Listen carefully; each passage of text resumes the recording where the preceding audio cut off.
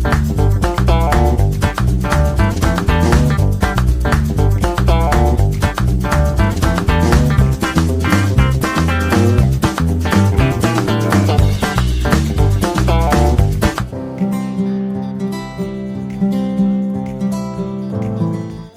anak-anak, kita lanjut pembelajaran yang kedua yaitu agama. Ya nak, kita sekarang belajar agama dari pembelajaran yang ke-9 yaitu tentang aku bisa mengasihi orang lain. Ya, pada minggu yang kemarin kita sudah belajar yaitu aku membutuhkan orang lain. Maka sekarang aku bisa mengasihi orang lain.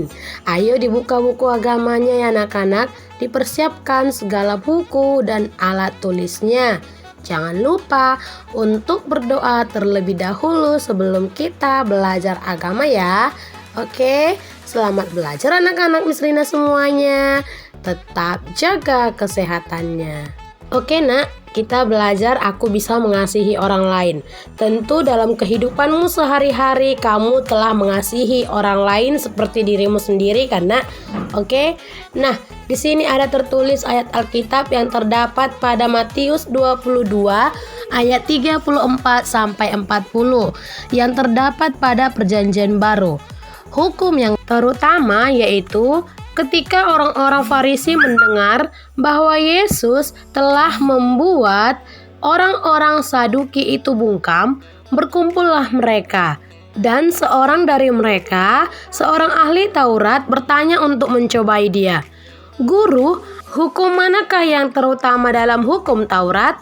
Jawab Yesus kepadanya. Kasihilah Tuhan Allahmu dengan segenap hatimu dan dengan segenap jiwamu dan dengan segenap akal budimu. Itulah hukum yang terutama dan yang pertama. Dan hukum yang kedua yang sama dengan itu ialah kasihilah sesamamu manusia seperti dirimu sendiri. Pada kedua hukum inilah tergantung seluruh hukum Taurat dan kitab para nabi. Di sini nak, kita diminta untuk bisa mengasihi Tuhan Allah dengan segenap hati kita dan segenap jiwa kita ya nak ya. Dan setelah itu kita juga harus dapat mengasihi sesama kita manusia. Bagaimana kamu bisa mengasihi dirimu sendiri, begitulah kita harus bisa mengasihi orang lain.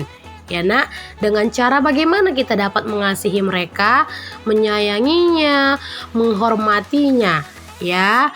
Nah, bisa kamu lihat pada gambar berikut ini. Orang Farisi dan ahli Taurat sedang mencobai Yesus. Salah satu dari mereka bertanya kepada Tuhan Yesus, "Guru, manakah hukum yang terutama dalam hukum Taurat?" Lalu Yesus menjawab pertanyaan dari orang Farisi dan ahli Taurat yang ingin mencobai Yesus. Hukumnya apa nak? Tadi yang setelah kamu baca itu? Iya, hukum pertama dan kedua itu sama, yaitu tentang mengasihi. Ya nak, kasih. Seperti pada lagu kita ya nak ya. Kasih, sukacita, damai sejahtera, kesabaran, kemurahan, kebaikan, kesetiaan, kelemah lembutan, dan penguasaan diri seperti buah-buah roh. Ya anak-anak Miss Rina semuanya, kalau kita lihat dari gambar ini nak, sepertinya mereka orang-orang baik ya. Akan tetapi mereka ingin mencobai Tuhan Yesus dengan memberikan pertanyaan yaitu tentang hukum Taurat ya, mengenai kasih atau mengasihi sesama kita manusia. Seperti yang tertulis, kasihilah Tuhan Allahmu dengan segenap hatimu dan dengan segenap jiwamu dan dengan segenap akal budimu. Itulah hukum yang terutama dan yang pertama. Dan hukum yang kedua sama dengan itu ialah kasihilah sesamamu manusia seperti dirimu sendiri. Iya nak, mulai hari ini kamu harus bisa ya belajar untuk mengasihi sesamamu manusia. Tidak boleh bermusuhan, ya, tidak boleh berantem. Oke anak-anak Miss Rina semuanya harus bisa saling mengasihi. Terutama kita harus bisa mengasihi kedua orang tua kita. Nah, tidak boleh melawan kedua orang tua dan harus menuruti perintah dari orang tua. Dan kasihi juga kakakmu, kasihi juga adik-adikmu, kasihi juga orang-orang yang ada di sekitarmu. Dengan cara, jika kita melihat orang sedang susah, bisa kita bantu dengan semampu kita. Dengan begitu, artinya kita sudah mengasihi orang lain. Lalu, tahukah kamu apa arti kata hukum? Hukum adalah petunjuk atau pedoman yang harus kita taati. Itu berarti Tuhan Yesus meminta kita untuk mengasihi Allah dan juga mengasihi sesama. Coba kalian lihat nak, baca dari kitab Yohanes 13 ayat 34 sampai 35. Di situ tertulis bahwa Allah memberi perintah kepada manusia untuk saling mengasihi sama seperti Allah telah mengasihi manusia. Orang yang saling mengasihi akan dikenal sebagai murid Allah. Kata perintah menunjukkan bahwa manusia diminta untuk melakukan perbuatan yang sesuai kehendak Allah, yaitu untuk saling mengasihi. Ya, maksudnya nak, kita harus bisa menuruti perintah Allah, yaitu tentang kasih, tentang mengasihi sesama. Ya, jika kamu dapat melakukannya nak, itu artinya kamu dikenal sebagai murid Allah. Ya, kita dikenal sebagai murid Allah. Karena apa? Karena kita sudah melakukan yang sesuai dengan kehendak Allah. Ya, dan kita telah melakukan perbuatan yang sesuai dengan perintah Allah. Bisa dilakukan ya anak-anak Miss Rina semuanya. Di sini ada percakapan antara si Tari dengan si Sam. Si Tari berkata, "Aduh, bagaimana ya? Aku kan masih kecil.